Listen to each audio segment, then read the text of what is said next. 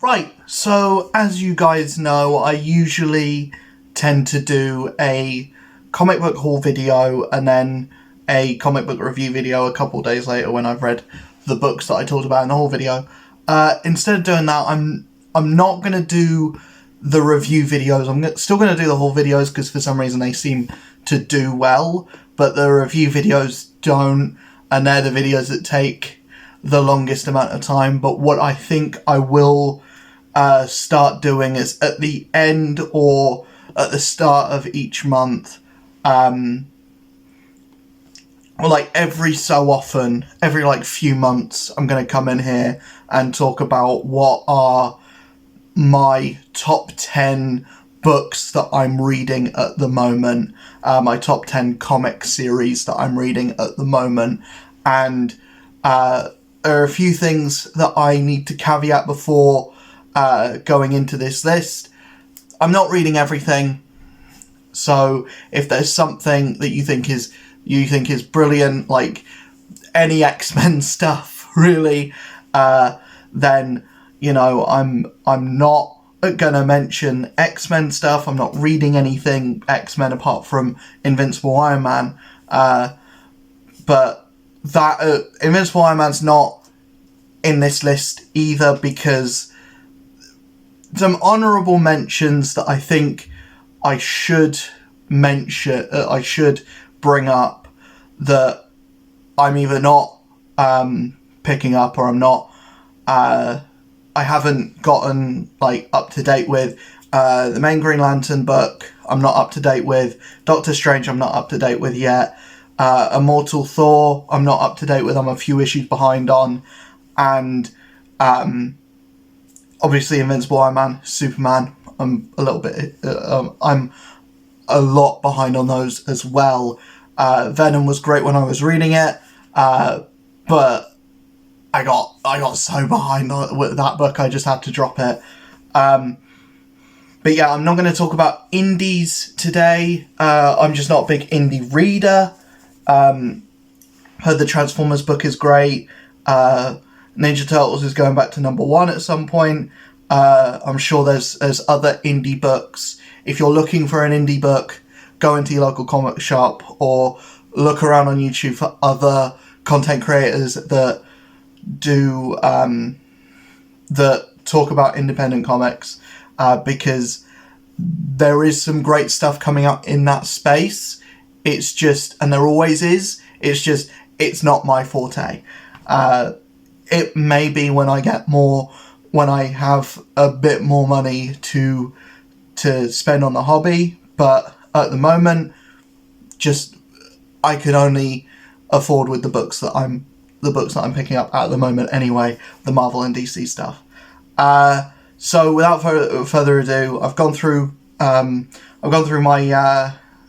friggin' honourable mentions. I've gone through things that won't appear in the list. So let's just get this started with my number 10, which is Avengers Twilight. This is a mini-series. Essentially what this is The Dark Knight Returns, but with Captain America, and obviously the rest of the Avengers are showing up here, there, and everywhere. It's like an Elseworlds kind of story. Not an Elseworlds story because that's a DC thing, but it's a alternate universe where basically some shenanigans happened, and we're now living in a dystopian future with no superheroes and an evil Tony Stark's son, who's keeping his dad's head in a jar. This first issue is great. I've fallen behind on it a little bit, but it's only going to be 6 issues, and it's a really great start, and I hope the rest of the series continues the way that this has, and I can only recommend it. I can't recommend it enough over this first issue. I would put it higher if I was more, if I was caught up with it, but sadly I'm not.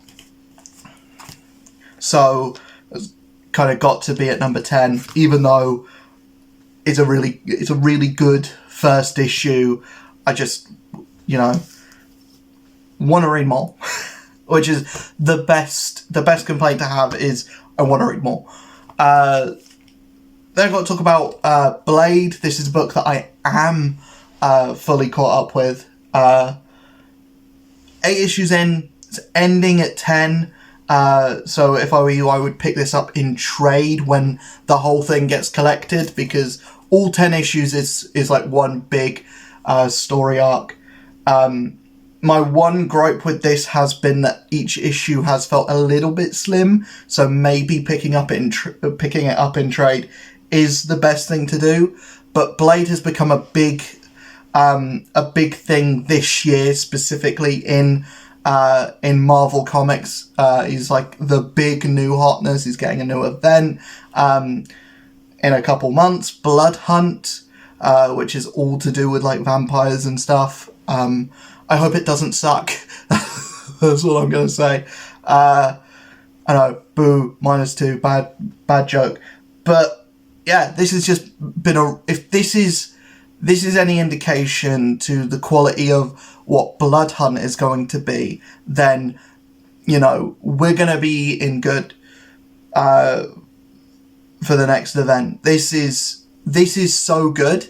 This is such a good series. I only hope my only gripe is that it's ending at 10, and some of the issues have felt a little bit short.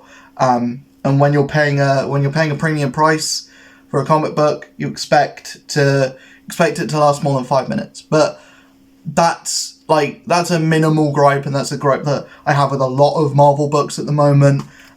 Mainly Marvel, not DC. DC seems to, it always feels like you're reading a bulky story. It always feels like you're reading something that's worth the amount of money that you've paid for it. It doesn't feel like it's over and done with in a matter of minutes. A book that never feels like that is Captain America.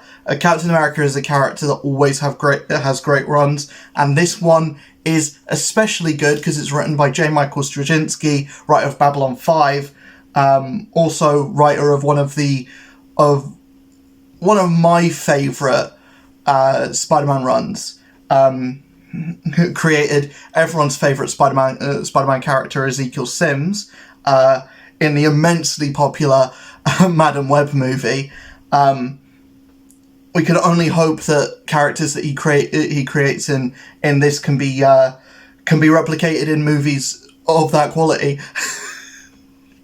But yeah, I am really liking this series. It's really rare that we see Steve Rogers before World War II, before this is being treated as a coming-of-age story for a young Steve Rogers, while also present-day stuff is kind of this back-to-basics Captain America story, where we've had quite a few Captain America books that have been, we're making Steve evil, we're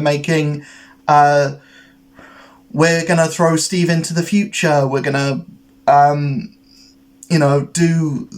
we're gonna make Steve an old man, we're gonna do this. This is just back to basics, just a simple Cap's gonna fight some bad guys kind of story. And it is more interesting than that. It's very wordy, it's very it's very like it doesn't like beat you over the head with the political side of it, which I feel like a lot of Captain America books have been guilty of doing. But this is like the perfect mix of, it's a cool, fun superhero story, but also there is something a bit more to it as well, and maybe it does have a message for the world that we're living in, especially the world that is being lived in across the pond. So yeah, Captain America, great book. Another really good series that's only just finding its feet and only just like getting out there. Ultimate Spider-Man. People have been on this book has been on people's radar for a very long time. If you're not reading this, then you're probably not a Spider-Man fan. But if you are reading this, then you know how good it is.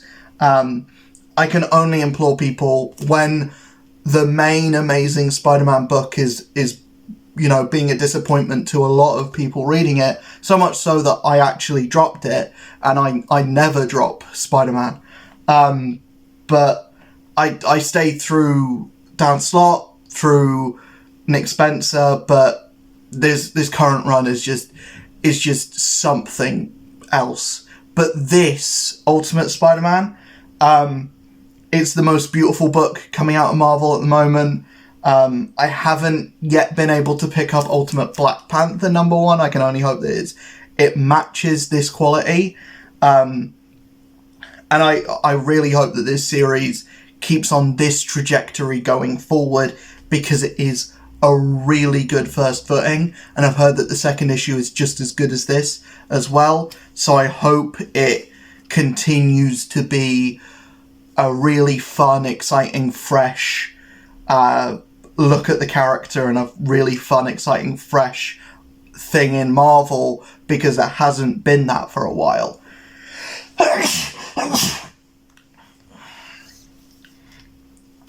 Speaking of fun, exciting, fresh books, I think that's exactly what's happening at Hulk at the moment. Again, my only issue with this is that the art has been very... Nick Klein, when he's on this book, is perfect. This is where Nick Klein should breathe. He did that Deadpool run, which was fine. He was on Thor for a while, which I don't think fit quite as well, but on this book he feels perfect. And that last arc with Ghost Rider was insane. It looked stunning. In the most recent issue, they had an artist change, and it doesn't look nearly as good, in my opinion. That's not me ragging on that artist, it's just you're comparing apples and oranges. Like, when you have something so good and matches the tone so well, when you go away from that, and the book's not even on issue 10 yet, so it feels a bit weird and a bit janky to have so many artist swaps so early on in the book's run, and that might be why the book is ending soon. But what I will say is that the story has kept me engaged. It's kept me in for the long haul. And when I did my video at the end of last year, I put this rather low.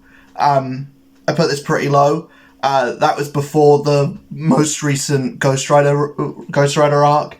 I feel like that still propels it to being one of the best books coming out of Marvel at the moment. Moving over to DC, The Flash. The Flash is great at the moment. Written by Cy Spurrier, art by Mike Deodato Jr., an artist that I don't usually like. I feel like he once he found out what shading was, he kind of never let go of it. But his pencils in this are this is the best looking Mike Deodato Jr. book, in my opinion. And it's all to do with page layout. It's all to do with how it works with the story. This being a darker, more heady, more sci-fi version of the Flash, a more sci-fi story for Wally West. I feel like the overuse of shading kind of works and is a boost for this book, in my opinion.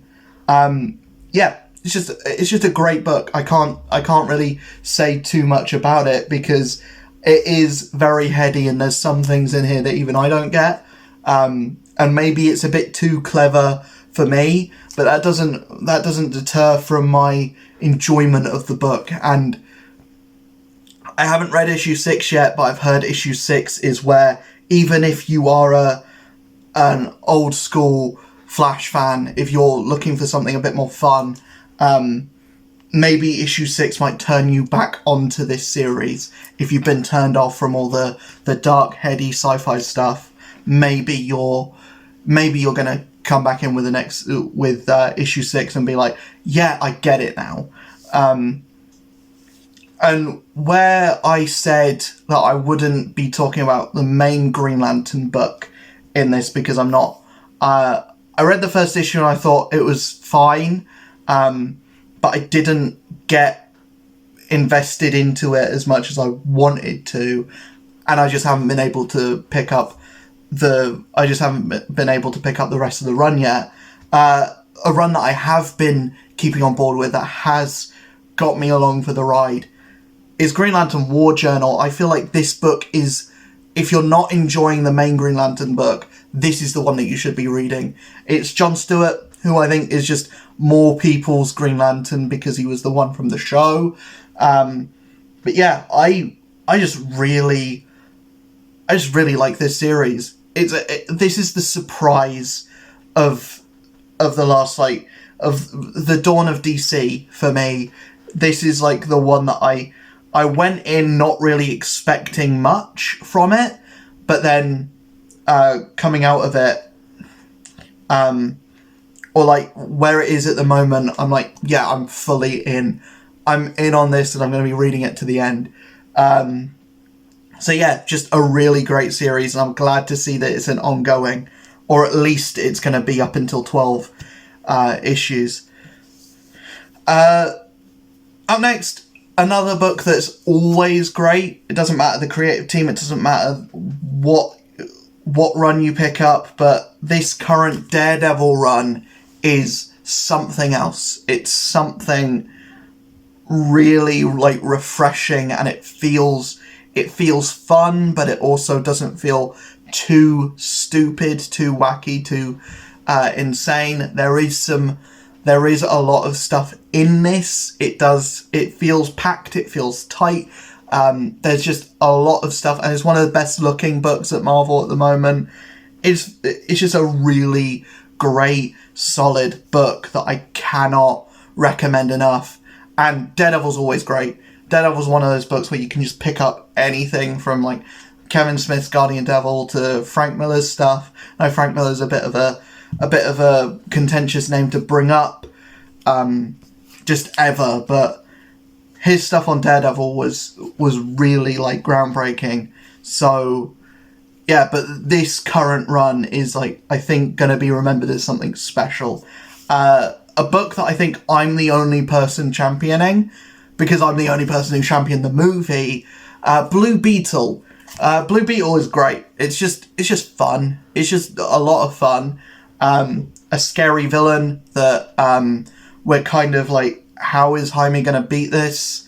A huge cast of characters, but no one feels overshadowed. Even having issue 4 be specifically just for, let's look at the rest of the cast of characters and let's give them something to do. I'm looking forward to how this first arc finishes off, and I'm looking forward to seeing what they do going forward, because it does set up a really interesting story going forward, and I'm really invested in this series now, and I just want to see it do well. I want to see a Blue Beetle book get to number 10, at least. If it can get to 25, if it can get to 50, if it can get to Batman numbers, then great. I'm not expecting that, but, I can dream, right? And then a book that I didn't think would get to number 30, and I didn't think would get a sequel book, but Vengeance of Moon Knight is my number 1. It's my current, maybe not my current favourite book at the moment, but it's the easiest to recommend, and it's the one that I'm caught up with as well, and it's easily one of the best things coming out of Marvel at the moment. Easily. Outside of, like, X-Men, which I know that X-Men fans are eating really good at the moment. I'm just not on that camp, apart from Iron Man. But Iron Man is like almost just like a supplemental book to the rest of what's going on in X-Men. This is great. This is perfect. This is everything that the show should have been and more. And I hope that if Marvel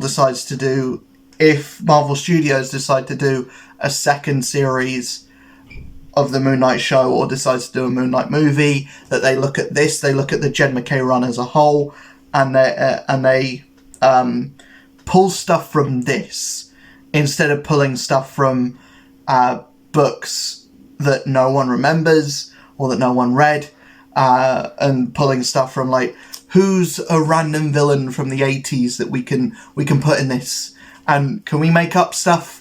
Let's make up stuff for Moon Knight. No one will care anyway. No, look at this. Look at this, the good stuff, and people come flocking into onto Disney Plus, or come flocking onto, because this is interesting. This is fun. This is new. This is refreshing, and it's a mystery, and it makes you care about all of the characters. It's a big extended cast, but we've had 30 issues to care about everyone.